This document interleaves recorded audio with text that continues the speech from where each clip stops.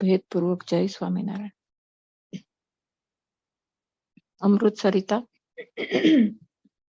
એનું પ્રકરણ ચાલી રહ્યું છે, આપણે અધૂરું છે.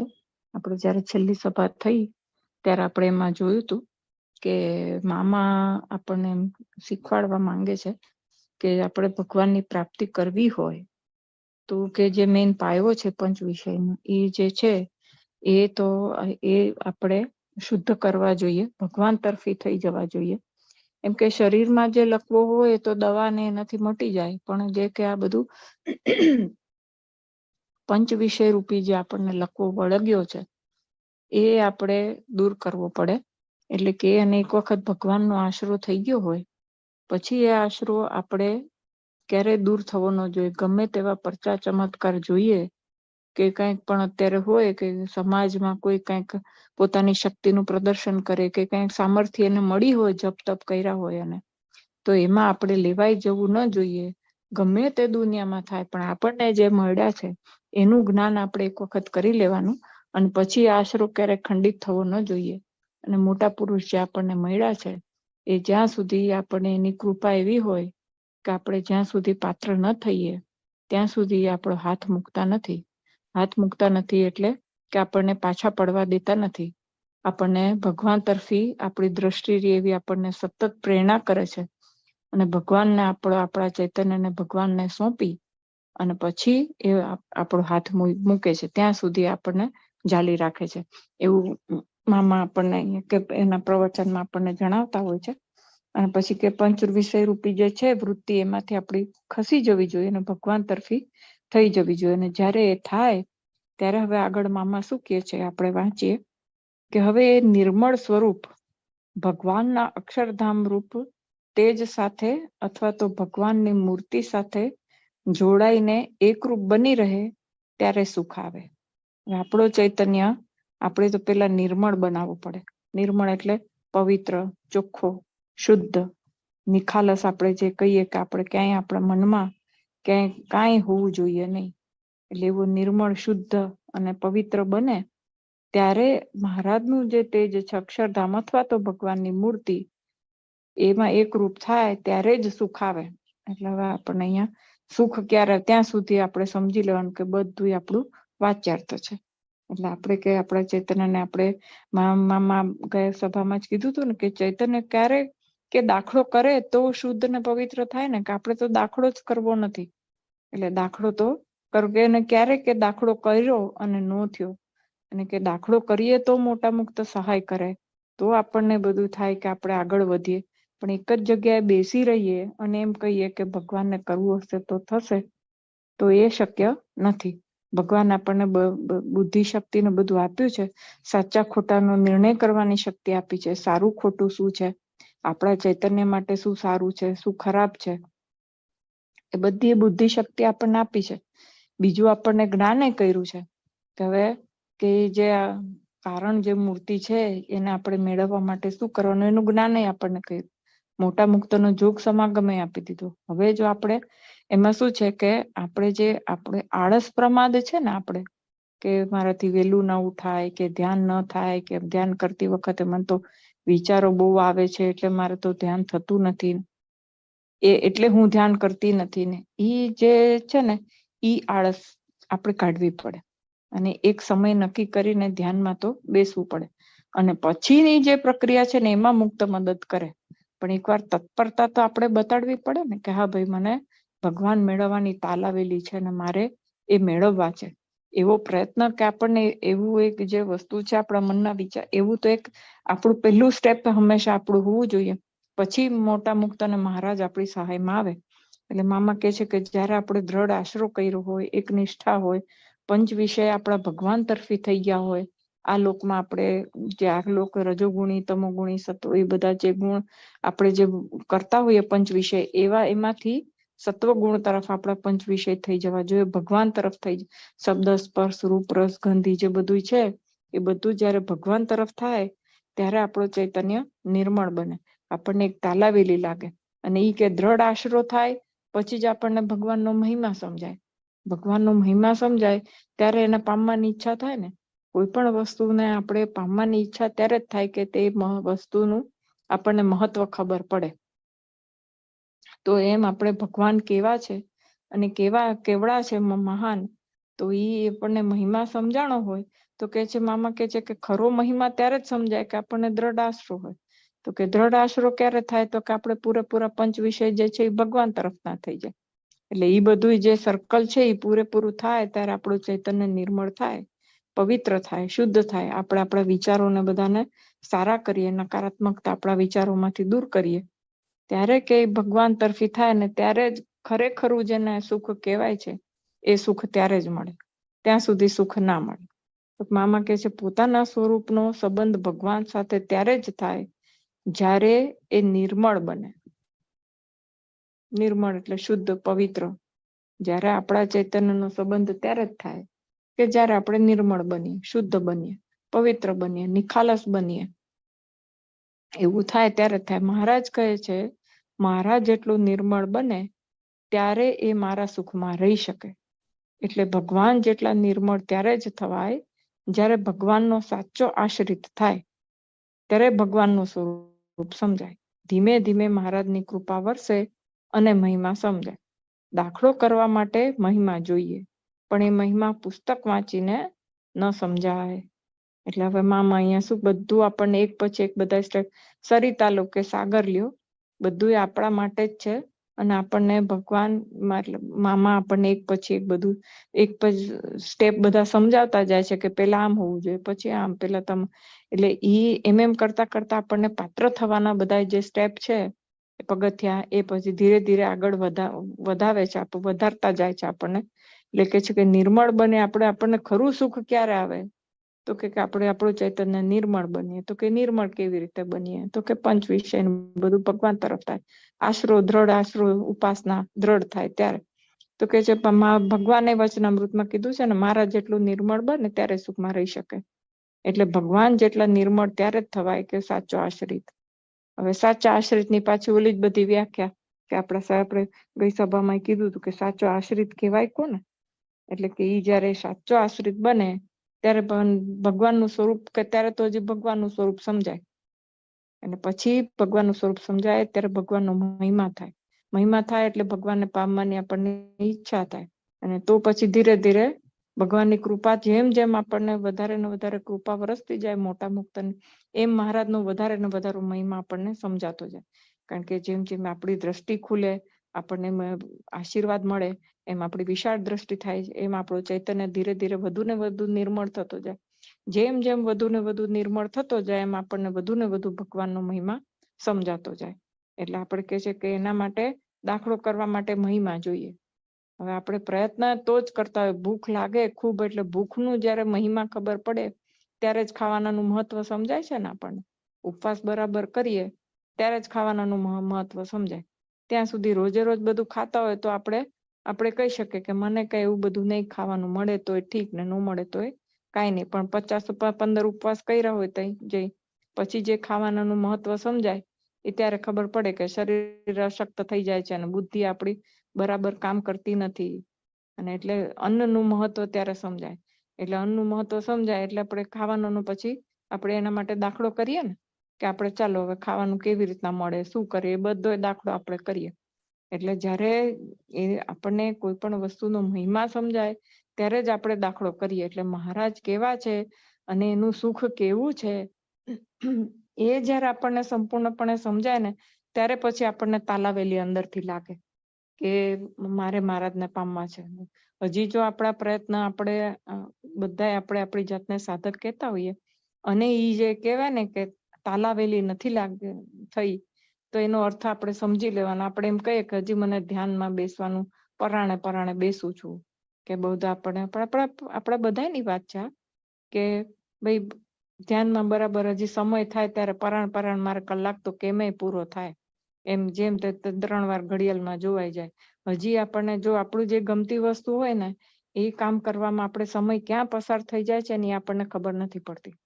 પણ હજી આપણને ધ્યાન આપણે પરાણે કરીએ છીએ કારણ કે આપણે બેસવાનું છે. આપણને થોડોક એનો મહિમા ખબર છે કે આ કરવાનું છે, પણ આપણને જે એનું તાલાવેલી હોવી જોઈએ ને એના પ્રત્યે પ્રેમ એ નથી થતો. તો એનો અર્થ જ એ છે કે આપણને હજી જોઈએ એવો ભગવાનનો મહિમા સમજાણો નથી. અને કાં તો આપણે એમ કહેતા હોઈએ સમજાણો છે તો એ બધું સમજી લેવાનું કે બધું વાચ્યાર્થ છે. આપણે પુસ્તકો વાંચીને એ બધું જ્ઞાન કે મહિમા કે બધું ગોઈખો છે, પણ એના વિશે ઊંડા વિચાર ક્યારેય હજી સુધી કર્યા નથી. જો ઈ કર્યા હોય ને મહિમા સમજાય ને તો કહેશે કે જો મહિમા સમજાય, ભૂખનો મહિમા સમજાય તો ખાવાનું બનાવવાનો દાખલો કેવો થાય છે. પછી એમ કે ના હમણાં કાંઈ નહીં, બાકી બધું પછી, પેલા એક વખત હું ખીચડી બાફીને ખાઈ લઉં ને પછી આપણે બીજી વાત કરીએ. એમ આપણને જ્યારે મહિમા થાય તો એના પ્રત્યે દાખલો થયા વગર રહે જ નહીં.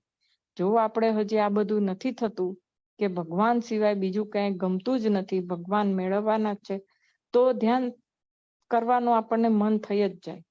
પણ નથી થતું તો આપણે બધા એમાં આવી ગયા કે હજી આપણને નથી મહારાજનો મહિમા, મુક્તનો જોઈએ. કારણ કે મુક્ત તો આ બધું કઈને થાકી ગયા. કેટલા શાસ્ત્રો છે, આમ બાપા કહે છે ને આ કરો, બીજું બધું પડ્યું મૂકો. એ બધું શું કામ કે છે આપણને? એ સમજાવવા માંગે છે આપણને કે અંદર મહારાજ નો મહિમા કેવો, મહારાજ કેવા સુખરૂપ છે. આપણે અનંત જન્મથી આ જ કરતા આવ્યા છીએ, પણ આમ અનંત બ્રહ્માંડના પંચ વિષય સુખને વારી ફેરીને નાખી દઈએ તો એમાં અનંત કોઈ પેલા પાસંગમાં ન આવે. એવું બધું આટલું બધું આમ વધારીને શું કામ કેવું પડે છે?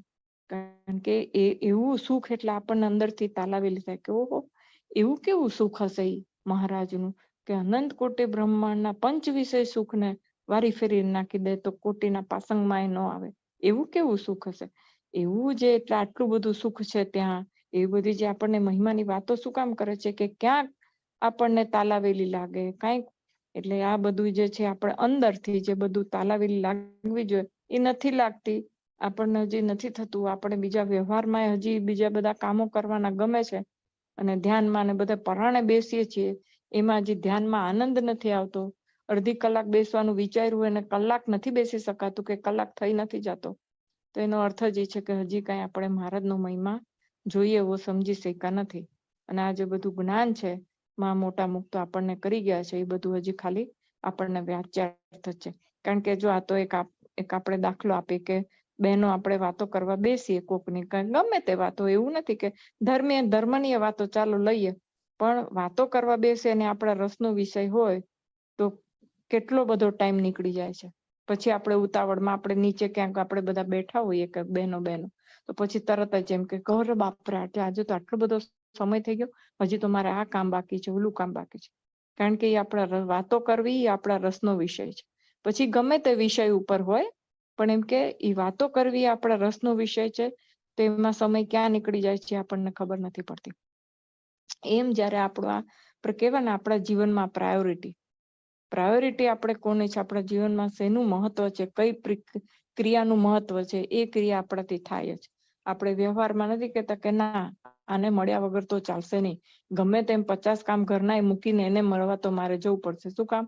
આપણે એ મળવા જવાને વધારે પ્રાયોરિટી આપી. આપણા ઘરે એ વખતે કોઈ મહેમાનનો ફોન આવશે ને તો આપણે કહીશું કે ના આજે મારે બહાર જવાનું છે, આજે તમને મારે અનુકૂળતા નથી, તમે ફરી ક્યારેક આવજો. શું કામ? કારણ કે ત્યાં એને મળવાનું આપણે સૌથી અગત્યનું ગણ્યું છે. એ વાતને વધારે પ્રાયોરિટી આપી છે આપણે. એટલે એ ગમે તેમ કરીને એ વસ્તુ આપણે કરીશું. એમ આપણા જીવનમાં આપણે નક્કી કરવું પડે કે આપણી પ્રાયોરિટી કઈ વસ્તુની છે. આપણા જીવનમાં કોની પ્રાયોરિટી છે? આપણા જીવનમાં જો ભગવાન મેળવવાની જ એક પ્રાયોરિટી હોય ને તો બાકી બધા કામ ગૌણ થઈ જાય. નથી કરવાના એવું નથી, પણ ગૌણ થઈ જાય. પણ હજી આપણે નથી થતા એનો અર્થ જ એ છે કે આપણે મહારાજનો મહિમા પૂરેપૂરો સમજ્યા નથી. મામા પણ એ જ કહે છે આપણને કે પણ એ મહિમા પુસ્તક વાંચીને ન સમજાય. એ તો ગોપાળાનંદ સ્વામી જેવા અનાદિમુક્ત એવા સત્પુરુષના જોગ થકી સમજે ત્યારે એ મહારાજનું સ્વરૂપ સમજાય એવું છે. એમ કાંઈ સમજાય એવું નથી, કાંઈ હાથ ના આવે. મહારાજનું સ્વરૂપ, મહારાજનો મહિમા સમજવા માટે એવા સત્પુરુષ જોઈએ. હવે ગોપાળાનંદ સ્વામી જેવા પૂર્ણ મુક્ત હોય તો ઈ જ્યારે સમજાવે ત્યારે ઈ આપણને આ જ્ઞાન સમજાવે. આમ જોવા જઈએ તો અનંત કોટી બ્રહ્માંડના અધિપતિ રાજાધિરાજ ઈ કેવા હોય આપણને કેવી રીતે ખબર પડે? આપણે તો અહીંયા આપણે એ ઘરનું રાજ્ય ન હોય આપણી પાસે, એટલે રાજ્ય એટલે શું, કેવું હોય, ના અધિપતિ એટલે શું, ઈ આપણને કોણ સમજાવે? કે જે ત્યાં ઈ સુખ ને કેવું છે ઈ માણી આવ્યા હોય ત્યારે. બરાબર. હવે કોઈક રાજાનો દાસ હોય, મોટા કોઈક ચક્રવર્તી રાજા હોય, એનો નોકર હોય એ રોજ રાજમહેલમાં જતો હોય અને બધું જોતો હોય તો એ પૂરેપૂરું વર્ણન કરી શકે કે એ રાજામાં છે. ભલે એ કહેવાય રાજા નો કહેવાય, દાસ જ કહેવાય, પણ તો એ પૂરેપૂરું વર્ણન કરી શકે કે ભાઈ રાજમહેલમાં તો આવું હોય, ત્યાં તો આવા બધા નંગ જડિત સિંહાસન હોય છે, ને આવા ઝુમ્મરો હોય છે, ને આવા પડદા હોય છે, ત્યાં તો આટલું બધું રાચ રચેલું હોય, ને આવા તો બધી રસોઈના ખાનપાનના દીકરા બધા વ્યંજનો ત્યાં હોય છે, ને બધા રાજા ને રાણીઓના વસ્ત્રો આવા હોય, ને અલંકારો આવા હોય. શું કામ? કારણ કે રોજે રોજ એ વસ્તુને જોતો હોય, માણતો હોય, બધું કે કોક વાર એને ખાવાય મળી જતું હોય, એ આનંદ આવતો હોય એને, એટલે આપણને જયારે બારે બીજા વ્યક્તિને પૂરેપૂરું એનું વર્ણન કરી શકે. એ મનાદી મુક્ત છે. એ તો કે છે ને રોમે રોમ એકતા અનુભવે છે, જલ તરંગવત એકતા. તો એ તો પૂરેપૂરું સુખ હોય, લેતા હોય તો ઈ જ વર્ણન કરી શકે, બીજા કોઈ વર્ણન જ ન કરી શકે એ વસ્તુનું કે મહારાજ કેવા છે. અને આપણે તો કલ્પના એ ન કરી શકીએ ને, અનંત કોટી બ્રહ્માંડના અધિપતિનું સુખ કે આપણે કલ્પના કેવી રીતે, કલ્પના એ ન કરી શકે. નહીતર એમ કે ને કે તમે આવી કલ્પના કરો, તમે આવી કલ્પના તો કરો. આ તો કલ્પનાની બહારનો વિષય છે. એ કોણ આપણને સમજાવે? તો આપણે આમ એક રીતે જોઈએ તો આપણને આવા મામા જેવા પૂર્ણ મુક્ત મળી ગયા, એ આપણા કેટલા મોટા ભાગ્ય કહેવાય. કેટલા આમ વિચાર, આમ થોડીક વાર શાંત બેસીને આપણે વિચારીએ ને તો એમ થાય કે આહા, કે આપણે કઈક તો સુકૃત ઉદય કર્યા હશે કે આવા મોટા, આવાની ઓળખાણ આપણને થઈ પૂર્ણ મુક્તની. આમાં ચોખ્ખું મામા કહે છે કે એવા સત્પુરુષ ન મળે તો કઈ સમજાય જ નહીં. એવા સત્પુરુષના જોગ થકી સમજે ત્યારે મહારાજનું સ્વરૂપ સમજાય એવું છે. એમ કઈ સમજાય એવું નથી, એમને ન સમજી શકાય. આપણને એમ થાય કે હું આ પુસ્તકમાંથી જ્ઞાન લઈ લઉં, ઓલા પુસ્તકમાંથી જ્ઞાન લઈ લઉં. આપણે ઈ બાપા કે છે ને કે મુક્ત હોય એ એક શબ્દના 1000 અર્થ કરે. હવે આ શબ્દનો કયો અર્થ અહીંયા લેવો એ આપણે બુદ્ધિમાં કેવી રીતે આવે? આપણે સમજી જ ન શકીએ. એટલે મુક્ત પુરુષ હોય ઈ સમજાવે ત્યારે જ સમજાય. મહારાજને કઈ જેમ તેમ સમજાયું નથી. મામા એમ ચોખ્ખું કે છે કે એ સ્વરૂપ કઈ રીતે આપણે સમજ, કારણ કે ઈ દિવ્ય સ્વરૂપ. આપણી દ્રષ્ટિ બધી આ લોકની દ્રષ્ટિ, બદ્ધ દ્રષ્ટિ, આપણે અમુક દ્રષ્ટિ, આપણી બુદ્ધિ બદ્ધ, અમુકથી વધારે આપણે વિચારી ન શકીએ. એ બધું દિવ્ય. દિવ્ય ના લોકનું બધું આખું સંબંધ જ આખો ટોટલી વિપરીત હોય. તો એ આપણે કઈ રીતે સમજી શકાય એ બધી વસ્તુ? એટલે મોટા મુક્ત ન સમજાવે તો સમજી જ ન શકાય. મામા કે કાંઈ હાથ ન આવે, કાંઈ હાથ જ ન લાગે. આપણે એમ કહીએ કે આ શાસ્ત્ર ને ઓલા શાસ્ત્ર, તો ધારો કે બહુ શાસ્ત્રો વાંચીએ તો શું થાય કે શાસ્ત્રી થાય, બહુ મોટો શાસ્ત્રી થાય કે હા એ બધું વાંચન કરીને કરી શકે. પણ એક્ઝેક્ટ જેવું છે એવું તો આવા જે અનુભવી મુક્ત હોય, પૂર્ણ મુક્ત હોય એ જ કહી શકે.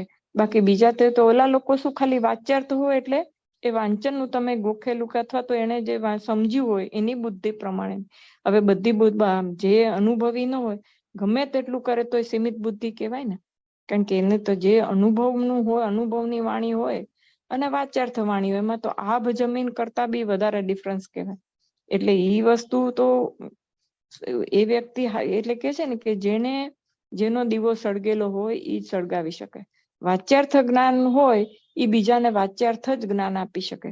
અનુભવનું જ્ઞાન હોય એ બીજાને અનુભવનું જ્ઞાન આપી શકે.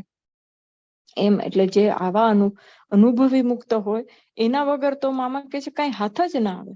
એટલે એ બહુ આવા જે અનુભવી ગુરુ હોય એ બહુ જ જરૂરી છે જીવનમાં.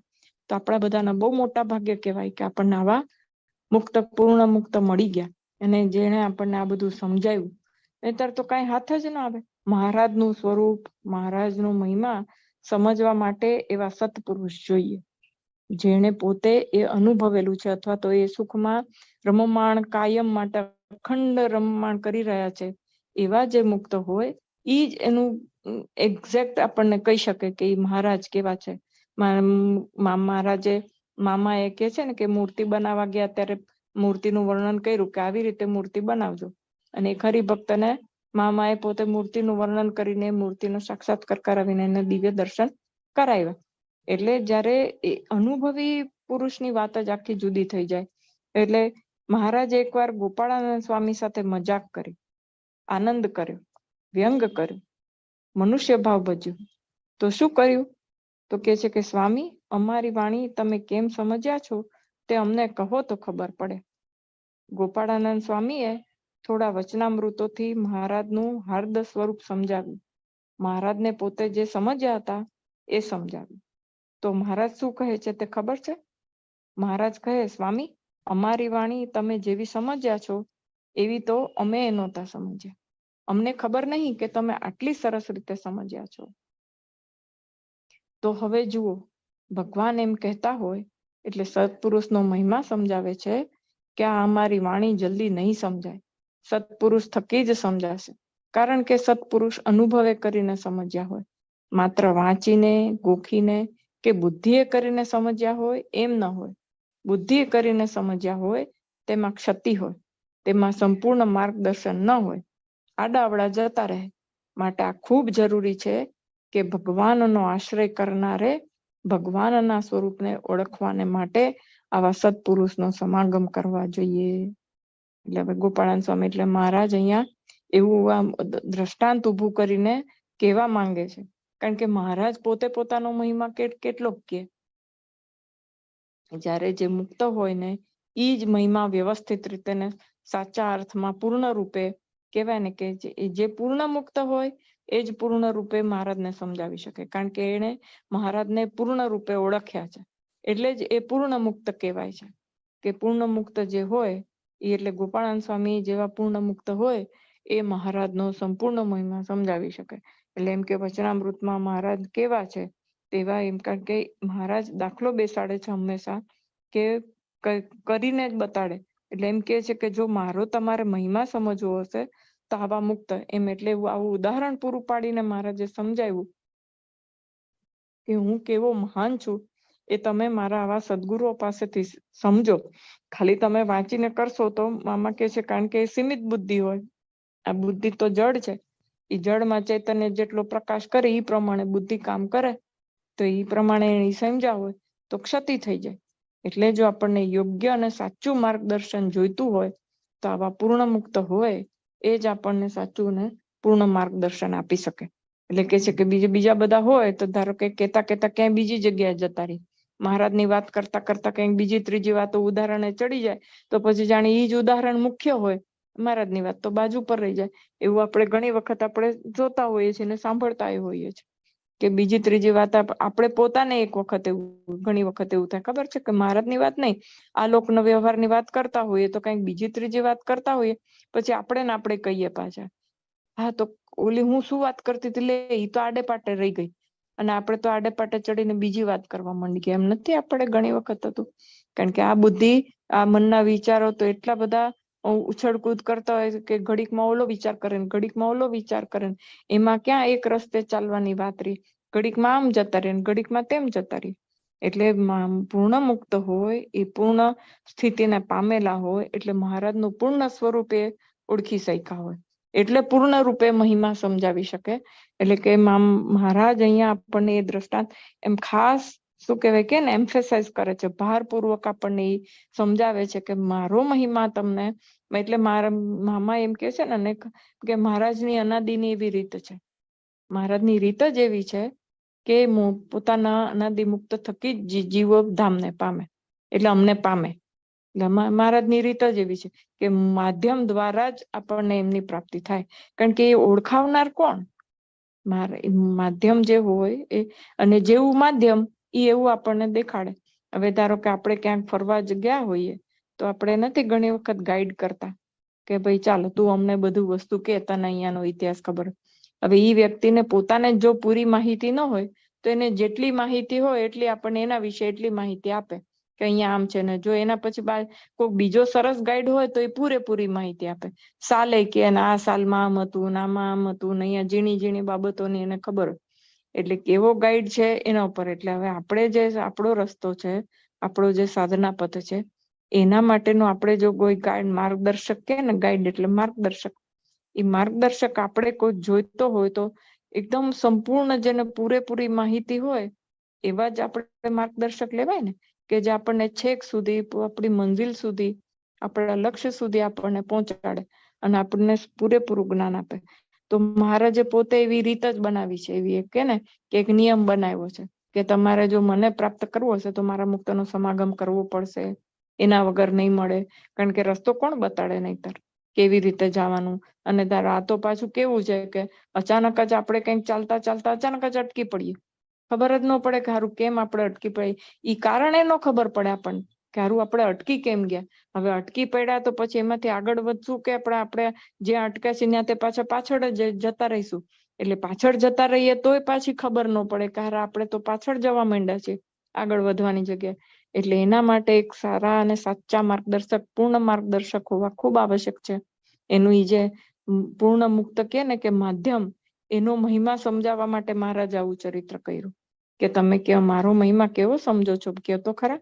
એટલે ગોપાળાન સ્વામી કે એટલે મહારાજે મુક્તોનો મહિમા વધારવા માટે કેટલું બધું એમ કહી દીધું કે તમે અમારી વાણી આવી સમજ્યા છો એવું તો અમને નહોતી ખબર, અમે નહોતા સમજ્યા આટલી સરસ રીતે એમ.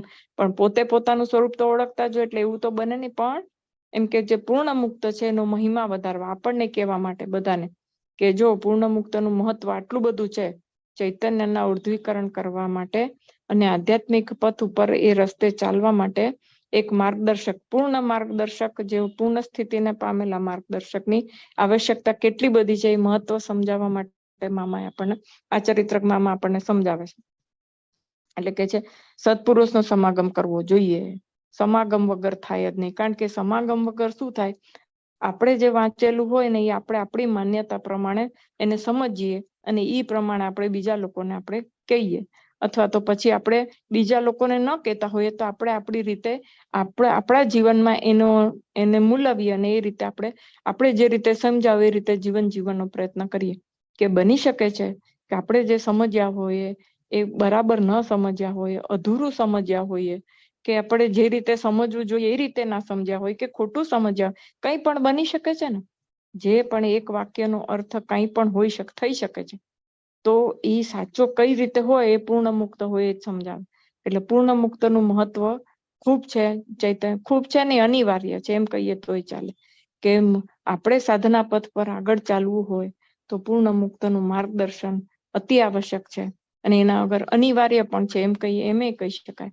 એટલે કારણ કે મામા એમ કહે છે કે જ્યાં સુધી આપણે પૂર્ણ મુક્તનો સમાગમ, મામા હોય કે શાસ્ત્રોમાં એવું કીધું છે કે પૂર્ણ મુક્તનો સમાગમ ના થાય, એક સાચો ગાડો હોય જે દીવડો આપણે તૈયાર કરીને સળગાવનાર કોક તો જોઈએ ને. એટલે ઈ જ આપણને હાથ પકડીને મહારાજ સુધી લઈ જાય છે. બીજા કોઈ તો લઈ જઈ શકે એમ છે જ નહીં, કારણ કે ઈ જ રસ્તો અને ઈ જ મહારાજને આપણી સિફારિશ કરે છે કે હું આમ ચૈતન્યને લઈ આવ્યો છું તમારી પાસે. એટલે અને આપણને ઈ પાત્ર ઈ જ બનાવે છે, પ્રેરણા ઈ જ કરે છે, ભગવાન ભજવાની પ્રેરણા ઈ કરે છે, માર્ગદર્શન ઈ આપે છે, હાથ પકડીને આપણને રસ્તા ચલાવે છે. ઈ બધું ઈ જે માધ્યમ જેને ભગવાને મોકલા છે ઈ જ કરે છે. ત્યારે હવે મામા આગળ શું કહે છે, ત્યારે એમ થયું કે બાપાશ્રીને મહારાજ અહીં મોકલ્યા, પૃથ્વી ઉપર દ્રષ્ટિગોચર બનાવ્યા. કારણ કે અનાદિમુક્ત મૂર્તિના સુખમાં રસબસ હોય છે, તે કદીએ જુદા પડતા નથી. જો બાપા દ્વારા મહારાજ અહીંયા આપણને એમ દેખાડ્યું કે અનાદિમુક્ત જે પૃથ્વી ઉપર પ્રગટ થાય છે એ તો ત્યાં જેમ છે એમ જ છે ધામમાં, પણ ખાલી અહીંયા એ લોકોનું સંકલ્પ સ્વરૂપ અહીંયા પધારે છે અને બધાને મુક્તોને ચૈતન્યને જે હોય એને ઉર્ધ્વીકરણ કરી સાચું જ્ઞાન આપીને માર્ગદર્શકનું કંઈક કામ કરે છે, જે મહારાજની એમને આજ્ઞા છે. અને એમના મરીને મહારાજ પોતે કામ કરે છે, કારણ કે એ પૂર્ણ રસબસ છે એમાં. એને તો બીજી કોઈ અપેક્ષા ઈચ્છા કઈ છે જ નહીં. એ તો રોમે રોમનું મહારાજનું સુખ ભોગવે છે, એટલે એનામાં રહીને મહારાજ કામ કરે છે. એટલે એ કેવું કામ કરે અને કેવી રીતે કામ કરે એ બાપાશ્રી દ્વારા આપણને મહારાજે બતાડ્યું અહીંયા. કેમ કે મૂર્તિમાં તે કદીએ જુદા પડતા નથી, એ તો સંકલ્પે કરીને દ્રષ્ટિગોચર બને છે. ત્યાં રહ્યા થકા, એટલે કે પરભાવમાં રહ્યા થકા એ મુક્તો જુદા જુદા બ્રહ્માંડોમાં પણ દ્રષ્ટિગોચર થાય છે. ખાલી એક જ જગ્યાએ હોય એવું નહીં, કે કેટલી જગ્યાએ હોય. હવે મામાનો એક પ્રસંગ છે એવો કે એક બેને એવું પૂછ્યું તું મામાને કે અત્યારે કે અહીંયા સભામાં જેટલા બધા લોકો બેઠા છે એ બધાના મનના વિચારો તમે જાણી શકો? તો મામા કહે છે કે આ ખાલી આ રૂમમાં બેઠા છે એ નહીં, આ ગામમાં છે બધા જીવો એ નહીં, આ શહેરમાં છે એ જીવો એ નહીં, આખી આ પૃથ્વી પર જેટલા જીવો છે અને આ પૃથ્વી પર નહીં, બીજા અનંત બ્રહ્માંડના અનંત જીવોનું મારે કે મનમાં શું ચાલી રહ્યું છે એ મને ખબર પડે છે. હવે કેટલું સામર્થ્ય! ભાઈ આમ વિચાર કરીએ આપણે એમ થાય કે કેવા મુક્ત આપણને મળી ગયા. આપણને ઘણી વખત અફસોસ એ થાય કે આપણે ઓળખી ના શક્યા બરાબર એમને, જે એમની હાજરીમાં આપણે જે કરવાનું હતું એ કરી ના શક્યા આપણે. એટલે એ જે માધ્યમ જેના માટે અહીંયા આવ્યા હતા એ આપણે કરી ના શક્યા. એટલે પણ એમ કે મારા જે આપણને એવો કંઈક તો હશે કે જે આપણને આવા મુક્ત મળી ગયા. આપણા સૌભાગ્યની વાત કહેવાય કે જે આવા મહાન મુક્તો મળી ગયા કે જે આપણને સાચું માર્ગદર્શન આપીને ગયા.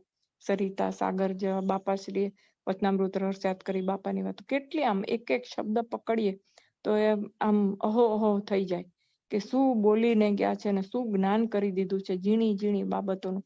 પણ હવે જો એક એક શબ્દ આપણે લઈએ તો કેવું છે, પૃથ્વી બાપાશ્રીને મહારાજ અહીં મોકલ્યા, પૃથ્વી ઉપર દ્રષ્ટિગોચર બનાવે. હવે પાછી એક એક શબ્દ આપણે એમ થાય કે કેટલું બધું સરસ કહી, કારણ કે અનાદિમુક્ત મૂર્તિના સુખમાં રસબસ હોય છે. તે કદી એ જુદા પડતા નથી. બરાબર, એ તો સંકલ્પે કરીને દ્રષ્ટિગોચર બને છે. આ પૃથ્વી ઉપર ખાલી સંકલ્પ માત્ર, એનો એક સંકલ્પ જ અહીંયા પધારે છે. એ પોતે તો જેમ છે એમ છે. હવે એવા મુક્ત પૂર્ણ મુક્ત મામા અહીંયા બિરાજી ગયા. તો એ તો જેમ છે એનો એક સંકલ્પ હતો અહીંયા. તો હવે એ સંકલ્પ આપણને અહીંયા દ્રષ્ટિગોચર થયો અને એ સંકલ્પને જેટલું કામ કરવું હતું એ કરી ગયો. પછી એને એક બીજો સંકલ્પ મૂક્યો કે હવે હું દિવ્ય રૂપે કામ કરીશ. જે મહારાજે પેલા પ્રત્યક્ષ દેખાણા ત્યારે બધા કહે છે કે મહારાજ એવો સંકલ્પ કર્યો કે મને બધાય સુર અસુર જે બધાય હોય બધાય મને મનુષ્ય રૂપે દેખો. એટલે મનુષ્ય રૂપે દેખા. પછી એક બીજો, કારણ કે એ જે દેખાય એ સંકલ્પ જ હતો. પછી એક બીજો સંકલ્પ કર્યો કે હવે મને પ્રતિમા રૂપે દેખો. એટલે પ્રતિમા રૂપે એમ મુક્ત જયારે મનુષ્ય રૂપે અહીંયા દ્રષ્ટિગોચર થયા આ પૃથ્વી ઉપર, ત્યારે એક એ લોકોનો એવો સંકલ્પ હતો કે બધા મને મનુષ્ય રૂપે દેખે. હવે એમનો એક બીજો સંકલ્પ છે કે હવે હું દિવ્ય રૂપે કામ કરીશ. એટલે અત્યારે બી જે ભાવે સહિત અને એમને સંભાળે છે, એમના સંકલ્પો એને એની પ્રાર્થનાનું સ્વીકારે થાય છે, એમને માર્ગદર્શન મળે છે, મુક્તનું બધુંય મળે છે, એને જે જોઈએ એના પ્રશ્નોનું સમાધાન મળે છે. અને આધ્યાત્મિકતામાં માર્ગદર્શન કંઈક જોઈતું હોય, ક્યાંક અટક્યા હોય તો એ મળે છે, કારણ કે એનો એક જે સંકલ્પ છે કે દિવ્ય રૂપે કામ કરે. એટલે મામા અત્યારે દિવ્ય રૂપે કામ કરે છે. એટલે એવું નથી કે મામા પ્રત્યક્ષ હતા ને અત્યારે નથી. આપણે ખામી ક્યાં છે તો કે આપણા ભાવમાં. આપણો જો ભાવ બરાબર હોય તો અત્યારે મામા આપણા માટે પ્રત્યક્ષ જ છે. એટલે કે છે એવા અનંત બ્રહ્માંડોમાં પાછા એમની સામર્થ્ય તો એવી હોય જ, કારણ કે મામા એમ કહેતા હોય કે આ બ્રહ્માંડ નહીં, અનંત બ્રહ્માંડના જીવોનું હું જાણી શકું. તો જાણી શકે તો ત્યાં બધા દ્રષ્ટિગોચર જો થવું હોય, ભગવાનની આજ્ઞા થાય તો થઈ શકે કે નહીં. એટલે મામા અહીંયા કહે છે કે અનંત બ્રહ્માંડમાં દ્રષ્ટિગોચર પણ થાય, બીજા જુદા જુદા બ્રહ્માંડો. ખાલી એક જ બ્રહ્માંડ અહીંયા જ દેખાય એવું નહીં, ત્યાં જઈને ત્યાંના જીવોને સમાસ કરે. એટલે પણ એ બધું ભગવાનની આજ્ઞા હોય ત્યારે જ. એટલે ત્યાં સુધી નહીં. એવા અનંત બ્રહ્માંડો છે કે જ્યાં મનુષ્યો રહે છે. હવે એ પણ બધાને ખબર છે કે એવા અનંત કોટી, કારણ કે મામા સરિતામાં કીધું છે ને કે અનંત બ્રહ્માંડો હોય એમાંથી એક એક આવે એટલે અનંત થઈ જાય છે. એટલે ત્યાં તે મહારાજના ધામમાં અનંત મુક્તો રહ્યા છે. એટલે એમ કે દ્રષ્ટિગોચર અહીં તો 7 ગ્રહોમાં ફરે તોય પાર ના આવે. એટલે કે અહીંયા કે છે કે હવે આપણે તો આપણા જે સૂર્યમંડળ છે અને જે 7 ગ્રહો છે એમાંય આપણે આ દેહ એમ કે સ્થૂળ દેહે કરીને જવું હોય તો હજી આપણે આપણું એક શું કહેવાય માનવ રહી ત્યાં ને ચંદ્ર ઉપર નથી જઈ શકવું. તો ઈ ધારી પ્રમાણે તો ચંદ્ર ઉપર હજી લેન્ડ થવું અમુક જ ભાગમાં કે છે કે જઈ શકા છે, પાછા ત્યાંથી આવ્યા છે. હજી મંગળ ઉપર ને એમાં બધા કેટલા હવે તો નવા નવા સૂર્ય કુટુંબોમાં નવા નવા ગ્રહો ઉમેરાતા જાય છે, નવી નવી શોધો થતી જાય છે.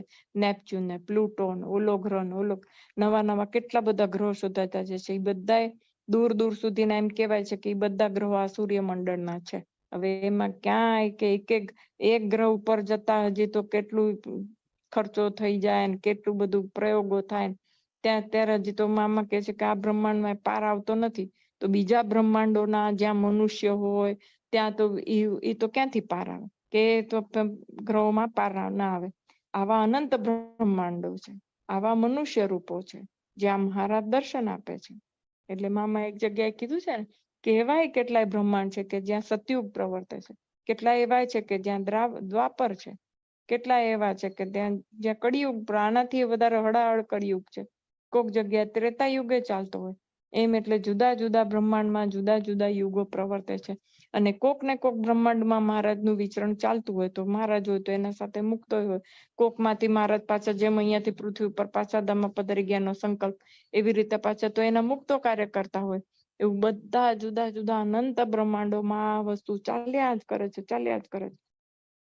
અને મહારાજ એમ કે પ્રગટે હોય પાછા. જ્યારે શ્રીજી મહારાજ અને તેમના અનાદિ મુક્તો પ્રગટે એના થકી આ વાત સમજાય. કેટલી બધી વાર એકની એક વસ્તુ મામા કહે છે આપણને કે આ બધી વસ્તુ છે મુક્ત વિના સમજાય નહીં, મુક્ત વિના. એટલે ઈ પોતાનું કહે છે કે મારી સાથે બાપા ચોખ્ખે ચોખ્ખું બોલતા કે અમે અત્યારે બેઠા છીએ ત્યારે કરી લો. મામા એ જુદી પ્રકૃતિ બતાવી હતી. એટલે એમ કેવા માંગે છે કે અમારા સિવાય નહીં સમજાય આ બધી વસ્તુ, અમને પ્રશ્નો પૂછો, અમારી સાથે વાતચીત કરીને તમે. એટલે કે છે કે ત્યાં એવા જે મુક્ત હોય, એવા જ્યારે મુક્ત પ્રગટ થાય એનાથી આ જ્ઞાન સમજાય, બીજા કોઈથી સમજાય નહીં. કારણ કે જેણે અનુભવેલું છે એનાથી સમજાય. હવે એવા મુક્તો કોઈ વાર એટલી સ્થિતિ વાળા કદાચ ન પણ હોય. દરેક વખતે મામા જેવા પૂર્ણ મુક્ત કદાચ ન પણ હોય. કોઈ વાર એવું પણ બને, મામા એમ કહે છે. અત્યારે આપણે એમ જોઈએ તો મામાની તોલે કોઈ આવે નહીં. આપણે સરખામણી ન કરી શકીએ એવા પૂર્ણ મુક્ત મામાની તોલે. તો અત્યારે મામા જે કીધું છે કોઈ વાર એવું પણ બને કે ન પણ હોય મુક્ત. તો મહારાજના સંત કે મહારાજ વિચરતા જ હોય એવું બને કે મહારાજના સંત કે મહારાજ વિચરતા જ એવું ન પણ બને કોઈ વખત. પછી હવે મામા શું કે છે કે એમાં ભગવાનના યમ નિયમ ધર્મ આજ્ઞા પાડે અને ભગવદી હોય એને સંત કહેવાય. પણ હવે સંતમાં પાછું ફેર, એમ કે પંચવર્તમાન યુક્ત હોય ને ધર્મ નિયમ પાડતો હોય એને સંત કહેવાય, કે થોડા ઘણા આગળ વધેલા હોય એને સંત કહેવાય. પણ જે પૂર્ણ મુક્તની વાત છે એ આખી જુદી થઈ જાય છે. એટલે મામા કહે છે કે એવા જે હોય એની પાસેથી ખરું જ્ઞાન કહેવાય ને, કે ખરું જ્ઞાન શું, તો કે તત્વજ્ઞાન મહારાજ કેવા છે શું છે, મહારાજનો મહિમા ને સાચું માર્ગદર્શન ખરા અર્થમાં એ આવા જે ગોપાળાન સ્વામી જેવા પૂર્ણ મુક્ત હોય, મામા કહે છે એના થકી જ સમજાય, બીજા કોઈ થકી ન સમજાય. પણ આ સંતો એટલે મુક્તો ઠેઠ મહારાજની મૂર્તિમાં પહોંચેલા હોય એની વાત જ જુદી થઈ જાય. એવા સંતના સમાગમથી આ વાત સમજાય. એટલે ખરા અર્થમાં આ વાત અત્યારે પણ આપણે ધારો કે વાત કરીએ છીએ તો આ વાત આપણે ખરા અર્થમાં સમજીએ છીએ કે નહીં, એક પ્રશ્ન છે. કે મામા તો એકદમ સરળમાં સરળ સાદી ભાષામાં એમણે સમજાવવાનો પ્રયત્ન કર્યો, પણ કારણ કે આપણને ત્યાંનું કાંઈ આપણને સુખ નથી, એટલે આપણે તો શું છે કે જે વાંચીએ છીએ એની કલ્પના જ કરવી રહી ને, કે ત્યાં આવું હશે કે આમ આવો મહિમાન આવો. એટલે હજી આપણે બી આ અત્યારે જે મામા કહેવા માંગે છે એ ખરેખર સમજીએ છીએ કે નહીં એ એક પ્રશ્ન છે. એટલે કે મામા જેવા મુક્ત હોય, ગોપાળાન સ્વામી જેવા પૂર્ણ મુક્ત હોય, એના સંતના સમાગમ વગર આ બધી વાતો સમજી શકાય નહીં. ગોપાળાનંદ સ્વામીએ વચનામૃતો ગુણાતીતાનંદ સ્વામીને અને સુકમુનિ જેવાને પણ સમજાવ્યા, એ કાગળ ઉપર નહોતા મુકાયા. હવે આ દાખલા પરથી આપણને શું, આપણે બધા કઈ મહારાજ મુક્તોને લઈને આવ્યા હતા, મુક્તોને એટલે એ કેવા શું માંગે છે કે ગુણાતીતાનંદ સ્વામી ને સુખ સ્વામી બધા કેવા મહાન જ્ઞાની કહેવાય ને. એટલે એમ કે આ જે વસ્તુ મામા કહે છે કે જેવા અનાદિ મુક્તો હોય એના થકી જ આ વસ્તુ સમજાય, એ વસ્તુને કે ને આપણે કે હાઇલાઇટ કરવા, કે એને વધારે જોરથી કે પ્રસ્થાપિત કરવા માટે આવા ઉદાહરણો આપે છે કે ગુણાતીતાનંદ સ્વામીને સુખ સ્વામીને પણ જેવાને પણ વચનામૃત સમજાવે. એટલે ભાઈએ ઘણી વખત કહેતા હોય છે ને કે સમજાવે એટલે શું, તો કે એને લક્ષ્યાર્થ કરી દીધું. એ મહારાજ જેમ છે એમ ઓળખાવ્યા, એટલે કે વચનામૃત એટલે મહારાજની જેમ છે એમ ઓળખાણ કરે. જેમ છે એમ ઓળખાણ એટલે શું, તો કે જેમ છે એમ એને દર્શન કરાવ્યા, કે એનું જ્ઞાન કરાવ્યું. જ્ઞાન એટલે શું, તો કે એનો અનુભવ કરાવ્યો. એટલે અનુભવ જ્યાં સુધી અનુભવ ન થાય ત્યાં સુધી જેમ છે એમ તો ખબર પડે જ નહીં.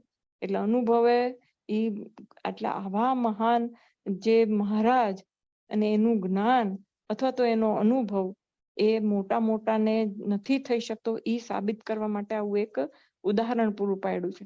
કે સુખ સ્વામી ને મુનિ ગુણાતીતાનંદ સ્વામી જેવાઓને પણ ગોપાળાનંદ સ્વામી જેવા મહાને ઈ ખરેખર અનુભવ કરાવ્યો, ત્યારે જ ઈ જ્ઞાન સમજાણું. જ્ઞાન એ સમજાણું એટલે શું, કે એમને ઈ અનુભૂતિ થઈ કે મહારાજ ખરેખર કેવા છે ને કેવા મહાન છે. પણ કે ઈ જે એમણે સમજાવ્યું એ કાગળ ઉપર મુકાયું નહીં. શું કામ ના મુકાયું? કારણ કે એ તો અનુભવનો વિષય થઈ જાય ને. પેલા એમણે મહારાજનો મહિમા કીધો હોય ગોપાળાનંદ સ્વામીએ, અને તો શું ઓલા બધા જ્ઞાની નહોતા, બધા મહાન જેમણે વચનામૃતો સોયદા, તો એમને કઈ એવી રીતના શાબ્દિક રીતે ન સમજાયું હોય, સમજાયું જ હોય, પણ એ જે અનુભવ કે એમ કે એ સાબિત કરવા માટે કે આવા મહાન મુક્તો હોય એના થકી જ આ વસ્તુ પ્રાપ્ત થઈ શકે છે, એટલા માટે ગોપાળાન સ્વામીને એમ કે છે કે એમને કે હવે એ અનુભવ તો કાગળ ઉપર તો કઈ રીતે મૂકી શકાય, એ કોક પાછું એનું વર્ણન કરે ત્યારે થાય, તો કે છે કે ત્યારે તો એ બધા શબ્દો એનું વર્ણન કરવા માટેના તો શબ્દો હોતા જ નથી, થઈ જાય ખાલી. એટલે મામા કે છે કે એ વસ્તુ કાગળ ઉપર મુકાય નહીં, એટલે કે મૂકી હોત તો આપણને ખબર, પણ કે મુકાય નહીં એટલે આપણને અત્યારે વાંચવા મળતી નથી. પણ એ તો હવે અનુભવનો વિષય છે, એવા સંતો હોય કે કોક હોય એટલે એ આપણે ધારો કે આપણે વાંચીએ તો આપણે એમાં ભૂલ ભરેલું થાય, કારણ કે આપણે જે સમજવાનું હોય આપણે ન સમજી શકીએ, કારણ કે આપણે સાધક છીએ ને એ પથ ઉપર હજી ચાલીએ છીએ, એટલે એ પથમાં શું છે આગળ એ આપણે ધારો કે વાંચી લે તો હવે 5મા ધોરણનું બાળક હોય એને ડોક્ટરનું પુસ્તક વાંચવા આપી દઈએ તો એનું વાંચે ખરો પણ એને શું સમજાય, એને કાંઈ ન સમજાય. એટલે આપણે કહે ને કે ભાઈ તું હજી મોટો થા, એટલે કે તું પાત્ર થઈશ પછી તને આ બધું સમજાશે એમ. એટલે આપણે પાત્ર થયા વગર ધારો કે આપણે કાગળ પર મુકાયેલી સમજૂતી જો આપણે વાંચી પણ જઈએ તો આપણને કાંઈ એનો અનુભવ થાય ને નહીં, કાંઈ આપણને સમજાય નહીં. એટલે એમ કે કાગળ ઉપર એટલે ઓલા લોકોમાં જે બધા મુક્તો હતા એમનો અનુભવ થઈ ગયો તો એટલે એ અનુભવ કરે, એટલે એ અનુભવને કાગળ ઉપર કેવી રીતે મૂકે, એટલે કે આપણને વાંચવા મળતી નથી, એ નથી મળતી એમ લાગ્યું એટલે શ્રીજી મહારાજે પોતાના મહાન અનાદિ મુક્ત પૂજ્ય બાપાશ્રીને પૃથ્વી ઉપર દ્રષ્ટિગોચર કર્યા. હવે એ જે ત્યારે જેમ સમજે મહારાજ કેવા મહાન અને આ વચનામૃતના ખરા અર્થો શું, એ બાપાશ્રી જેવા શ્રીજી સંકલ્પ સ્વરૂપ જો કોઈ ન પધારે તો એના વગર કોણ સમજાવી શકે, જે એનો અનુભવી હોય એ જ પરફેક્ટલી સમજાવી શકે ને. અત્યારે જ કીધું કે બાકી બધું વાચ્યાર્થ હોય એટલે ભૂલ જ પડે એમાં, એટલે જ બાપાશ્રીને પ્રગટ કર્યા અને બાપાશ્રીએ વચનામૃત રહસ્યાત પ્રદીપિકા કરી કે જેનાથી લોકોને થોડા ઘણા અંશે મહારાજ શું કહેવા માંગે છે એ વચનામૃતના માધ્યમ દ્વારા કે અમે કેવા છીએ, તમારે આ જીવન કેવી રીતે જીવવું કે તમારે અમને પામવા હોય તો એ બધા વચનામૃતમાં શું છે, બધા રસ્તા જ બતાવેલા છે ને કે આમ કરવું ને આમ ન કરવું ને આવી રીતે જીવવું ને આવી રીતે ન જીવવું ને એ જ બધું બતાવેલું છે પ્રશ્ન ઉત્તર દ્વારા. આ કે 10 ઓલા કે અંતઃશત્રુ કાઢવા હોય તો શું કરવું ને કાઢ્યા હોય પછી શું કરવાનું, નો નીકળતા હોય તો શું કરવાનું, એ બધું છે ને કે કથા કેવી રીતે સાંભળવી, કીર્તન કેવી રીતે બોલવા, એટલે ઝીણી ઝીણી બાબતો એમાં વણી લીધી છે ને એનું જે હાર્દ કહેવાય, એનું જે રહસ્ય બાપાએ આપણને રહસ્યાત પ્રદીપિકા ટીકા કરીને આપણને સમજાવ્યું. એટલે એમ કે એ વાંચવા નહોતું મળતું, એટલે કે લોકોને હજી જેમ જેમ સમજાય, એટલે કોક વાર મને એમ પણ થાય કે જેમ જેમ બધા જીવોની બુદ્ધિ વિકાસ પામતી જાય ને એમ એમ એ જ્ઞાન સમજતા જાય. એટલે મહારાજ આવીને બધા મહારાજ કેવા હતા એ બધું સ્વામીએ બધું સમજાવ્યું, ધીરે ધીરે જ્ઞાન લોકો પચાવતા થયા, એટલે પછી બાપાશ્રી આવીને આખું રહસ્યાત કર્યું કે જેના લીધે હવે એ જ્ઞાન છે લોકોને એક્ઝેક્ટ ખબર પડે. હવે આપણને ખબર પડે કે હા બાપા શું કહેવા માંગે છે, એટલે ખબર પડે એવું તો આપણે ન બોલાય જ્યાં સુધી અનુભવ ન થાય ત્યાં સુધી, પણ આ તો એમ કે બાપાશ્રીએ એ રીતે કૃપા કરી આપણા ઉપર, અને એમણે વચનામૃત રહસ્યાત પ્રદીપિકા ટીકા લખી. એ બેસ્ટ ગાઈડ છે.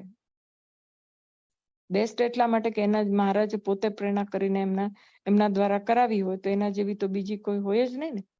પ્રમાણભૂત ગાઈડ છે, એ પ્રમાણભૂત માર્ગદર્શિકા, એક્ઝેક્ટ એમ કહેવાય ને કે પરફેક્ટ છે. આપણે કોઈને પણ કેવું હોય કે વચનામૃત સમજવા છે તો તમારે આ જોઈએ. આપણે સ્કૂલમાં ભણતા હોય ત્યારે બધી ગાઈડ આવતી હતી, તો નવનીત ગાઈડ સૌથી સારી કહેવાય. બીજા બધા પ્રકાશનો વાળા કાઢતા હોય પણ એમ કે ભાઈ આ નવનીત વાળા જે ગાઈડ કાઢી છે ને એ સૌથી સારી ગાઈડ કહેવાય. એનામાં જે બધી ગાઈડમાં પ્રશ્નોના ઉત્તર બધા ઝીણા ઝીણા બી આપેલા હોય. એમ આ જે વચનામૃત રહસ્યાત છે એ પ્રમાણભૂત છે, એકદમ ઓથેન્ટિક કહેવાય ને કે જે બાપાશ્રી કરેલી છે એમાં બધી વસ્તુનો તમને જવાબ મળી જાય.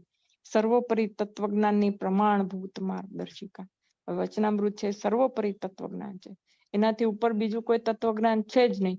હવે એ તત્વજ્ઞાનને કેવી રીતે સમજવું ને એમાં જે ઉદ્ભવતા પ્રશ્નો હોય એના ખરા અર્થમાં મહારાજ એને શું કહેવા માંગે છે, એમના જે પૂર્ણ મુક્ત હોય અથવા તો મહારાજના સંકલ્પ દ્વારા અહીંયા મોકલાવે, એના સિવાય બીજા કોને ખબર પડે. એટલે બાપાશ્રીએ બાપાશ્રી તો હવે આપણને ખબર છે મહારાજના સંકલ્પ સ્વરૂપ, તો મહારાજના સંકલ્પ સ્વરૂપ જેવું સમજાવી શકે એવું તો બીજો કોઈ ન જ સમજાવી શકે ને. એટલે એ પ્રમાણભૂત માર્ગદર્શિકા કહેવાય છે. સર્વોપરી તત્વજ્ઞાનની પ્રમાણભૂત માર્ગદર્શિકા છે. આવી હજી સુધી લખાઈ નથી, લખી શકાય નહીં ને. આ લોકની બુદ્ધિથી આપણે કઈ રીતે લખી શકીએ એ બધું, એટલે હજી સુધી નથી. અને કોઈ લખવા જાય છે તો ભૂલો કરે છે. અને ઘણા બધા પ્રયત્નો કર્યા છે આપણા સંપ્રદાયમાં. આપણે જોઈએ છીએ કે વચનામૃત સમજાવવાના ઘણા બધા, પણ એમાં આપણને ખબર પડે કે ઘણી બધી ભૂલો રહી ગઈ છે. એટલે મામા કહે છે કે અહીંયા જો કોઈ લખવા જાય તો ભૂલો કરે છે, કારણ કે ત્યાં પહોંચ્યા ન હોય અને લખે એમાં શું ભલીવાર હોય. કારણ કે આ લોકની બુદ્ધિથી, બદ્ધ બુદ્ધિથી લખવા જાય, પોતે જે સમજાયું વાચ્યાર્થ અનુભવ સિદ્ધ હોય ને, એ લોકોની વાણીને બીજાની વાણીમાં કેટલો તફાવત હોય. એટલે ઈ ઓલા લોકો જે લખે એમાં ભૂલ જ હોય, એમ કે એમાં ભલીવારમાં આમાં કે છે હોય જ નહીં. કારણ કે વાચ્યાર્થ જ્ઞાન હોય ને એ પોતાની સીમિત બુદ્ધિ દ્વારા સમજાવવા જાય. એવી આ ટીકા સત્પુરુષનું માર્ગદર્શન છે એવું સમજાવે છે. એટલે આ જે માર્ગદર્શન દર્શિકા છે ટીકા, એમાં કોઈ ભૂલ જ નથી ની પરફેક્ટ ગાઈડ છે. તો મામા કે છે પ્રમાણભૂત છે, તો ઓથેન્ટિક કહેવાય. તો કે એવું એ આ સત્પુરુષનું જ્ઞાન છે એવું આ માર્ગદર્શિકા સમજાવે છે. તો આ રહસ્યાર્થ પ્રદીપિકા ટીકા કરીને કેટલો બધો ઉપકાર કર્યો. બાપાશ્રી અહીંયા પૃથ્વી પર પધાર્યા અને એને આપણા પર કેટલો બધો ઉપકાર કર્યો. એવા અનાદિ મુક્તરાજ બાપાશ્રીને સત્સંગ કેમ ભૂલી શકે? જો ભૂલી જાય તો થોડું કૃતજ્ઞપણું ન કહેવાય? સાચી વાત. એટલે નહીં ભૂલવું જોઈએ. એટલે એ પ્રદીપિકા ટીકા ભગવાનનો મહિમા, ભગવાનનું સ્વરૂપ સમજાવે છે. એટલે હવે જો કોઈ પણ આપણા ઉપર ઉપકાર કરે અને આપણે ભૂલી જઈએ તો મામા કહે છે ને કૃતજ્ઞ કહેવાય. એટલે સત્સંગ જો બાપાશ્રી આટલો મહાન ઉપકાર એમ કે સત્સંગ ઉપર કર્યો છે કે વચનામૃતને સમજાવ્યું છે કે બાપ મહારાજ અહીંયા આમાં શું કહેવા માંગે છે, કેટલો મોટો ઉપકાર કહેવાય. અને એ કે આપણે બધા જો કરી દે તો કેવું કૃતજ્ઞપણું આપણે કરવું જોઈએ? તો કે ભગવાનના ગુનેગાર કહેવાય જો કૃતજ્ઞ થઈ જઈએ તો. એટલે આપણે ક્યારેય એ ઉપકાર કોઈ દિવસ ભૂલી શકાય જ નહીં. અને જો ભૂલી જઈએ તો કૃતજ્ઞ કહેવાય. પછી મામા પૂછે છે કે સાચી વાત ને, એવું થાય કે નહીં? એટલે આપણે ક્યારેય એ વસ્તુ ભૂલવી ન જોઈએ કે બાપાશ્રી આવીને આપણા પર મહદ ઉપકાર કર્યો છે. આપણા જીવનને બધાને કે ને કે એક સાચી રાહ બતાડી છે કે ભગવાનને પામવા માટેનો સાચો પથ. બધા જે મહારાજે જે જ્ઞાન કર્યું એનું ખરું હાર્દ શું એ સમજાવ્યું. તો આપણા બધા ઉપર કેટલો મોટો ઉપકાર કહેવાય ને. તો એ અને એ કે છે રહસ્યાર્થ પ્રદીપિકા શું કરે છે મામા કે છે, તો ભગવાનનો મહિમા અને ભગવાનનું સ્વરૂપ સમજાવે છે. ભગવાન કેવા છે એ મહિમા. એટલે કોઈ પણ રહસ્યાર્થ કહીએ લઈએ તો આપણે કહે છે ને મહારાજ આમાં પોતાને આ મુક્ત રૂપે કીધા છે, પોતાને અહીંયા સર્વોપરી રૂપે કીધા છે, પોતા કોક જગ્યાએ મૂળ પુરુષ. એટલે એ જે ઈ સાચું જ્ઞાન કરાવે છે એટલે મહારાજ કેવા છે, સર્વોપરી એટલે કેવા. આને ભગવાનનું દર્શન નથી મૂળ અક્ષરને, આને ખાલી તેજનું દર્શન છે, આને ખાલી આમ છે. એ બધું ઝીણું ઝીણું જે સમજાવ્યું હોય એ મહારાજની મહિમા સમજાવે છે, મહારાજનું મહાનતા સમજાવે છે. અને ભગવાનનું સ્વરૂપ કેવું છે, કેવા સુખરૂપ છે, કેવા છે, ઈ એમ કે આ માર્ગદર્શિકા આ આપણને સમજાવે છે એવું મામા અહીંયા કહે છે. મહારાજ કહે છે જ્યારથી અમારા આશ્રિત થયા ત્યારથી પૂર્ણ કામ થયા એમ માનવું. બિલકુલ બરોબર છે, પણ આશરો ખંડિત થવો જોઈએ નહીં. એટલું તો મનુષ્ય દેહથી કરી શકાય ને. હવે ચાલો કેટલું સરળ કરી દીધું કે આ મનુષ્ય દેહથી શું કરવાનું છે, તો કે આશરો ક્યારેય ખંડિત થવો જોઈએ નહીં અને પોતાને અપૂર્ણ માનવું નહીં. મામા કહે છે ને કે હંમેશા માનવું કે અમે મહારાજે શ્રીજી મહારાજે મહારાજ ચૈતન્યને કૃપા કરીને અનાદિ મુક્ત કરીને મૂર્તિમાં રાખી દીધો છે. કે આ મનુષ્ય દેહથી શું કરવાનું છે, આટલું તો થાય ને કે મહારાજનો જે આશરો છે એ ક્યારેય ખંડિત થવો જોઈએ નહીં. એટલે હવે આશરો એટલે શું, કોને આશરો કહેવાય? આપણે ગઈ સભામાં જોયું હતું કે ખરા અર્થમાં આશરો કોને કહેવાય? તો કે પંચ વિષય પાડવાના.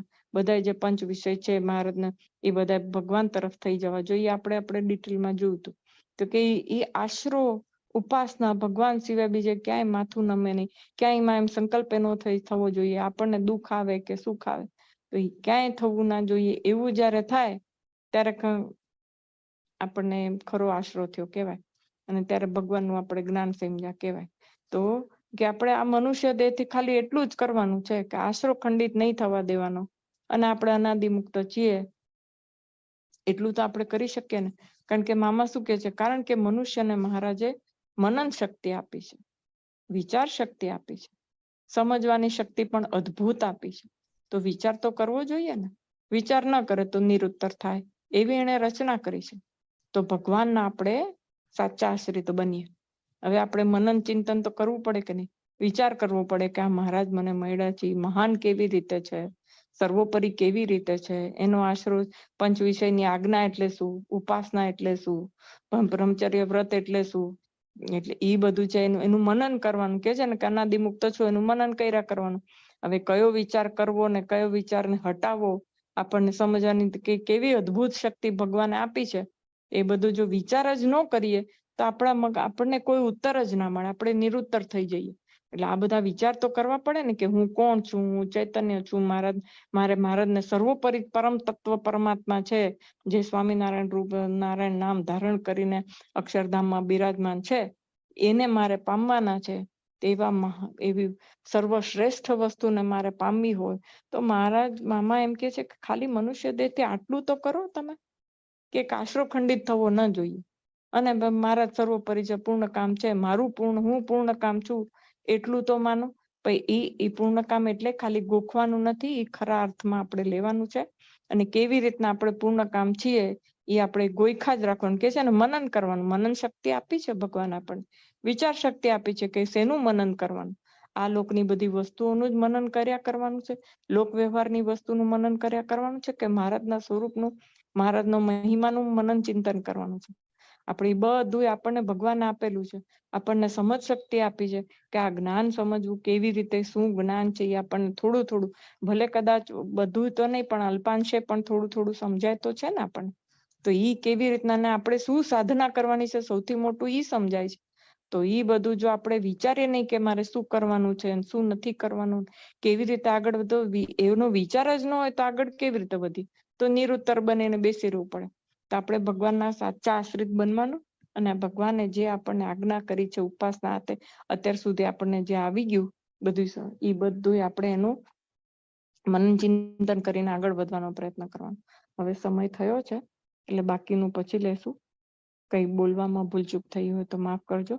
સહજાનંદ સ્વામી મહારાજની જય, બાપા શ્રીની જય, સદગુરુ શ્રીની જય, સ્વામિનારાયણ ભગવાનની જય.